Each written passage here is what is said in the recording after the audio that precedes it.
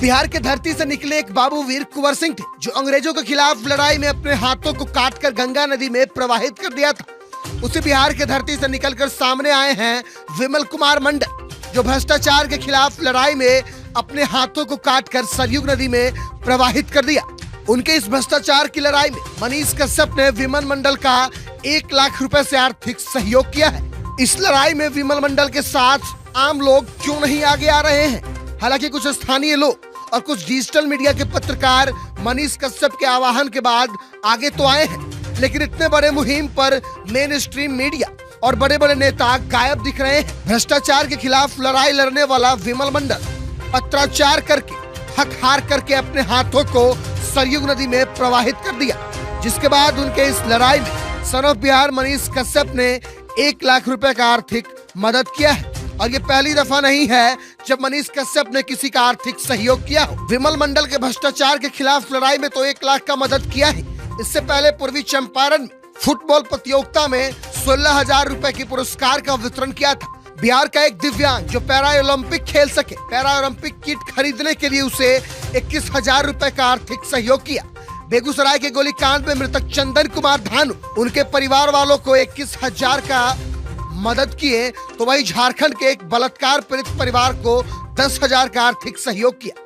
झारखंड के दुमका में अंकिता के परिवार को भी 11,000 की मदद की, तो वही पश्चिमी चंपारण के बकुलहर मठ के साधु की हत्या हो गई थी, उसके बाद उनके परिवार वालों को 11,000 का आर्थिक सहयोग किया। झारखंड के गोड्डा में सरफराज को पढ़ाई के लिए 10,000 रुपए दिए, तो उससे पूर्व न जाने कितने छात्र छात्राओं को पढ़ाई के लिए व्यवस्था कराई। मुफ्त शिक्षा देने वाले कोचिंग संस्थानों को भी आर्थिक मदद की, तो वही नालंदा की एक छात्रा को 18,000 का सहयोग किए थे। उन्होंने अररिया के विमल मंडल को 1 लाख की आर्थिक मदद की, ताकि भ्रष्टाचार के खिलाफ लड़ाई आगे लड़ी जा सके, वो लड़ाई जारी रहे। विमल मंडल की कोई बड़ी मांग नहीं है। विमल मंडल सिर्फ इतना चाहते हैं कि उनके पंचायत में हो रही भ्रष्टाचार की जांच, लेकिन जीरो टॉलरेंस की बात और नीति अपनाने वाले सत्ताधारी के साथ साथ विपक्ष के नेताओं के राज में भी भ्रष्टाचार की जांच नहीं हो सकी। जरा आप सोचिए, विमल मंडल पर क्या गुजर रही होगी, किस हद तक वो अपने आप को भ्रष्टाचार के खिलाफ लड़ने वाली लड़ाई में समर्पित कर दिए कि अपना ही हाथ सरयू नदी में प्रवाहित कर दिया। अगर हम उनके लड़ाई में आगे नहीं आते हैं, उनका साथ नहीं देते हैं, तो समझिए कि बिहार के विकास और संप्रभुता की बात करने का हमें कोई अधिकार नहीं है। नहीं है हमें अधिकार कि हम ये पूछें कि विकास क्यों नहीं हो रहा है। लेकिन अगर भ्रष्टाचार के इस लड़ाई में हम सब मिल करके विमल कुमार मंडल के कंधे से कंधे मिला करके चलते हैं, उन्हें न्याय दिला देते हैं, तो पूरे बिहार में 50% से अधिक भ्रष्टाचारियों का खात्मा वैसे ही हो जाएगा। आपने एक मूवी देखी होगी, लगे रहो मुन्ना भाई, जिस फिल्म में हीरो संजय दत्त गांधी के विचारधाराओं को लोगों को बताता है।